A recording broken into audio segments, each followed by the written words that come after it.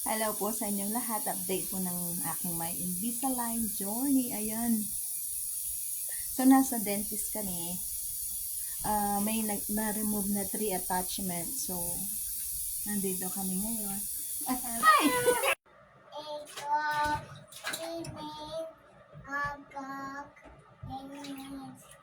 Hello po sa inyong lahat. So, mabilis ang vlog po ito kasi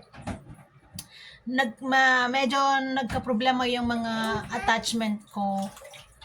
Nawala yung 3 dito. So, bumalik ako sa dentist para lagyan nila ulit. So, sabi nila 1 or 2, okay lang. Pero 3 yung natanggal ito. Yung white. So, nilagyan nila ngayon. So, 5th week ko na nga, 5th week. Yeah, 5th week. So, kakauwi lang namin. So, ang experience ko ngayon sa 5th week, hindi na gaya dati ng yung pagnguya ko. Nakakanguya na ako na mabuti, pero hindi pa rin normal. Medyo, ngayon nangangati sila, ewan ko ba. Yun lang ang update ko ngayon ng 5th week. So, nagmamadali ako kasi naliligo si baby. So, ayun lang, update ko kayo sa 6th week. Salamat sa panonood. Thank you. Okay, let's clean my Invisalign trays. This cleaning crystals. Get 3. So they have instruction here.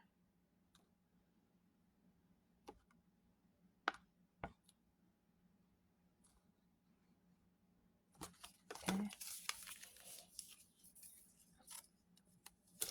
100 ml water.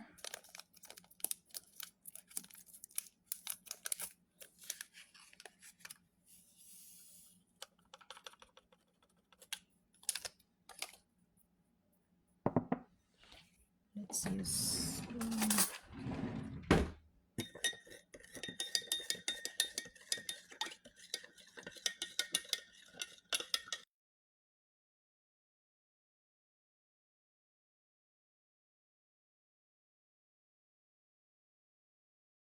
I rinse my trays already, so let's soak it 15 minutes. Oh goodness.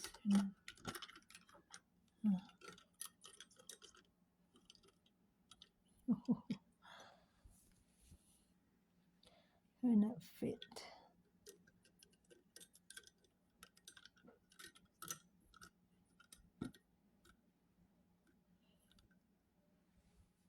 There you go. Thank you.